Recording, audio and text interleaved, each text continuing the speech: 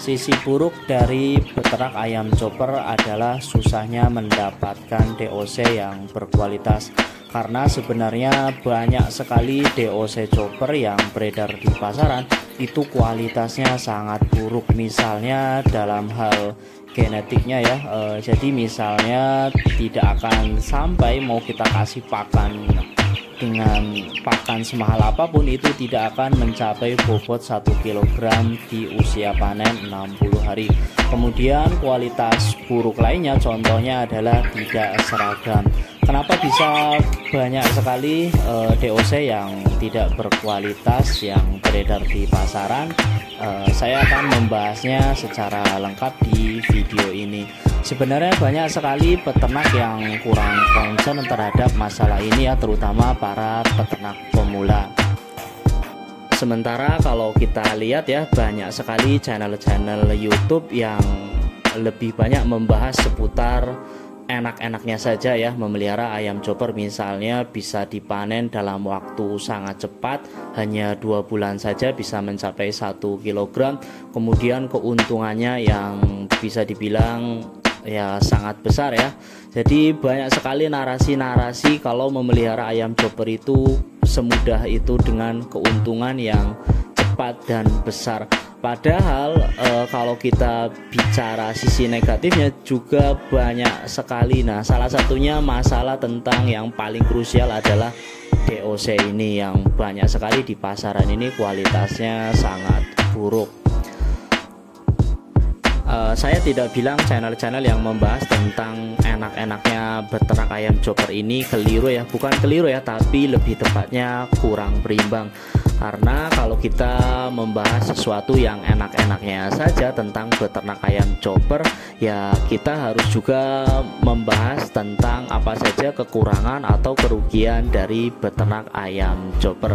Nah, apa saja tentang kekurangan terkait sulitnya mendapatkan DOC chopper yang berkualitas?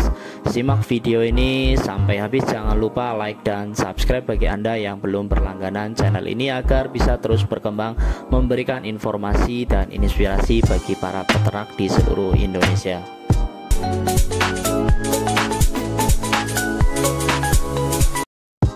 Budidaya apapun, baik itu hewan ternak, tanaman, perikanan, kalau memang diawali dari bibit yang buruk, pasti hasilnya tidak akan optimal.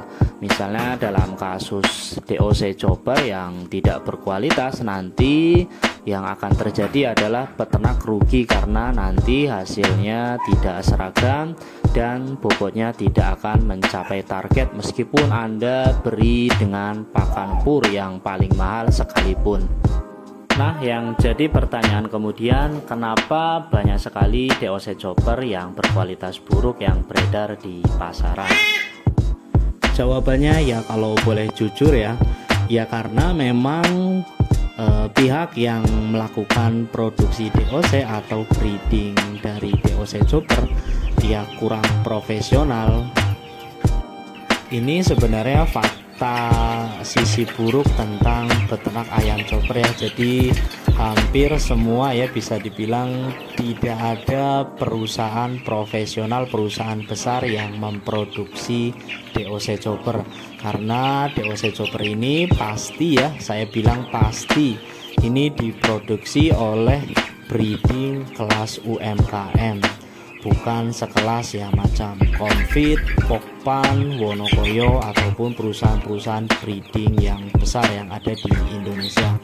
Artinya apa? Karena diproduksi oleh breeding kelas UMKM, ya secara teknologi pun mereka nggak memakai teknologi yang bagus maupun misalnya dengan bibit yang bagus ya. Jadi kalau perusahaan-perusahaan besar seperti Pokpan ataupun Comfit, mereka akan memproduksi DOC dari indukan yang itu memang benar-benar berkualitas. Jadi ada istilahnya parent stock dan grandparent stock. Nah, sementara kalau yang dilakukan oleh para breeding ayam chopper, mereka menggunakan final stock ya. Jadi dari indukan ayam merah yang sebenarnya itu merupakan final stock yang tidak layak untuk dijadikan indukan, kemudian dikawinkan dengan ayam Bangkok. Itu dari sisi pemilihan bibitnya saja ya sebenarnya kurang layak ya.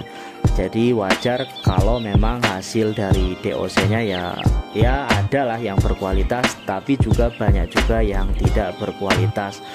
Itu yang pertama ya. Yang kedua tentu karena memang kelas UMKM ya keterbatasan modal ya.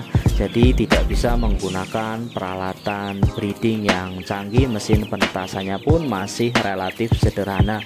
Kemudian ya terkait juga dengan kapital atau modal ya, kelas UMKM tentu berbeda dengan perusahaan-perusahaan besar yang memang memiliki mempekerjakan pakar-pakar yang memang ahli di bidangnya seperti ahli biologi, ahli genetika, dan ahli nutrisi.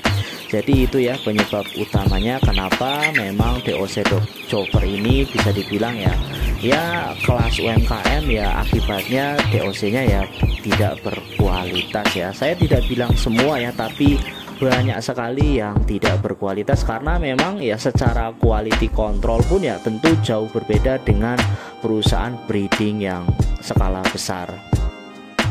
Kalau Anda masih tidak percaya dengan apa yang saya katakan, Anda bisa pelihara ya. Jadi Anda bisa beli bibit chopper, lalu Anda bandingkan juga, Anda juga pelihara bibit DOC dari ayam broiler. Kalau ayam broiler itu sudah dipastikan itu produksi dari pabrikan yang besar ya. Jadi memang secara quality control itu ya ada mungkin buruk, tapi paling ya 5 ekor dari 100 ekor ya wajar ya. Jadi itu ya sisi buruk dari budidaya ayam chopper, yakni sulitnya mendapatkan DOC chopper yang berkualitas, dan kualitasnya itu yang paling utama adalah seragam.